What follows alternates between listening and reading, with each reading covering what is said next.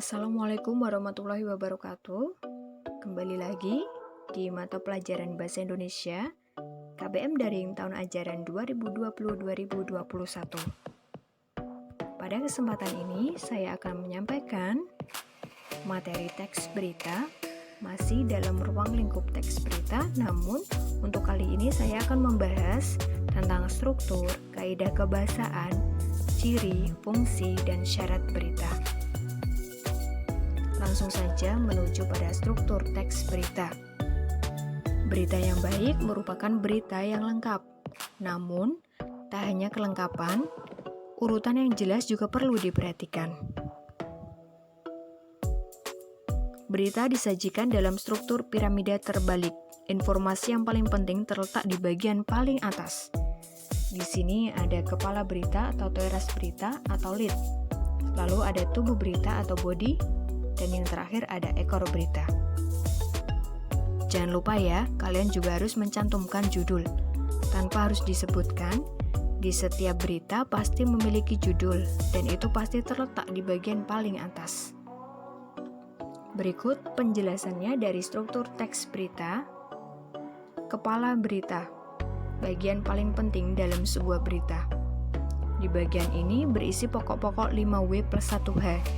Jadi hanya ada pokok-pokok pembahasan yang berisi 5W plus 1H. Tubuh berita. Bagian ini berisi penjabaran dari 5W plus 1H. Dikembangkan lebih jelas dan lebih terperinci lagi karena memuat banyak informasi. Biasanya mengenai penjelasan tentang kronologis suatu peristiwa yang sedang terjadi. Lalu yang terakhir, ada ekor berita, letaknya di bagian paling akhir dari sebuah teks berita. Bagian ini bisa memuat simpulan dari sebuah berita. Contohnya, misal, dari judul berita, kebakaran di toko Tunggal Jaya. Ekor beritanya, belum diketahui penyebab kebakaran tersebut, dan saat ini polisi masih menyelidikinya. Terkadang di bagian ekor berita berisi dari simpulan berita atau bahkan tidak berkaitan langsung dengan judul berita. Selanjutnya ada kaidah kebahasaan. Penggunaan bahasa bersifat standar atau baku. Bahasa baku biasanya digunakan untuk menyampaikan informasi dalam situasi formal atau resmi. Hal ini digunakan untuk menjembatani pemahaman di berbagai kalangan, karena bahasa standar lebih mudah dipahami oleh umum. Jadi, dalam teks berita, kalian harus menggunakan bahasa formal atau bahasa baku. Kalian tidak bisa menggunakan bahasa keseharian yang mungkin kalian sering menggunakan itu dengan teman sebaya kalian. Yang kedua, ada kalimat langsung dan tidak langsung. Kalimat langsung ditandai dengan 2 tanda petik ganda, sedangkan kalimat tidak langsung digunakan untuk melaporkan kembali ucapan orang lain. Biasanya di kalimat tidak langsung, tidak disampaikan langsung oleh orang yang berbicara. Contohnya, seperti berdasarkan penuturan warga sekitar, angin berembus dengan begitu kencang. Lalu ada kata kerja mental. Kata kerja yang terkait dengan kegiatan dan hasil pemikiran, seperti memikirkan, membayangkan, berasumsi, praduga, simpulan, dan analogi. Lalu ada keterangan waktu, berhubungan dengan konsekuensi dari adanya unsur kapan dan di mana. Dan yang terakhir, ada konjungsi temporal, menjabarkan secara kronologis dari suatu keadaan atau peristiwa, seperti sejak, setelah, kemudian, awalnya, dan akhirnya. Lalu ada pula ciri-ciri teks berita. Menarik. Biasanya terletak pada bagian judul berita, karena yang pertama orang-orang lihat ada di bagian judul tersebut. Jika judulnya menarik, maka orang-orang juga akan tertarik untuk memperhatikan berita tersebut.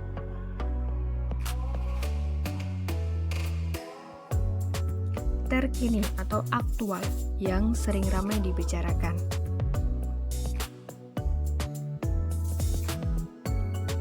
Dapat dipercaya atau faktual, dikemas berdasarkan fakta yang ada. Diterima oleh masyarakat.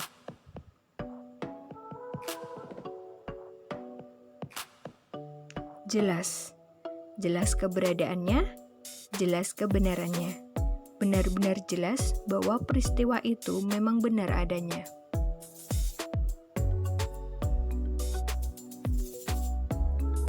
Kalimatnya sederhana, tidak bertele-tele dan tidak ambigu. Dan yang terakhir, segera disampaikan. Biasanya jika terjadi suatu peristiwa yang menghebohkan pada saat itu, harus disampaikan pada saat itu juga. Jika tidak, maka berita tersebut dianggap sudah basi. Lalu ada pula fungsi berita. Di fungsi berita ini, saya tidak akan menjelaskan secara detail karena kalimat ini dikemas dengan begitu sederhana. Saya yakin kalian sudah memahaminya. Yang pertama, menyampaikan informasi. Kedua, meningkatkan kesadaran publik. Ketiga, membantu bersikap terbuka. Keempat, membentuk opini publik. Kelima, mengambil keputusan. Keenam, hiburan. Ketujuh, mendidik. 8, menambah pengetahuan. 9, menambah topik diskusi. 10, mendukung nilai-nilai dan pandangan tertentu. 11, melatih kinerja otak. 12, menafsirkan makna kejadian atau peristiwa. 13, meningkatkan partisipasi sosial. 14, mengurangi ketidakpastian. 15, menjadi panduan. 16, memberikan inspirasi. Lalu, yang terakhir ada syarat berita. Yang pertama, ada aktual. Teks tersebut masih sangat hangat dan baru dibicarakan, sedang ramai-ramainya menjadi topik perbincangan oleh publik. Yang kedua, faktual. Teks tersebut berisikan fakta yang benar-benar terjadi, bukan khayalan. Berita dikemas berdasarkan fakta yang ada, bukan hoax, apalagi hanya menerka-nerka. Dan yang ketiga, lengkap. Teks berita harus memiliki unsur adik simba serta memenuhi unsur atau struktur teks berita. Adik simba di sini sudah pernah dijelaskan pada video sebelumnya, yaitu ada apakah, di mana, kapan, siapa, mengapa, dan bagaimana.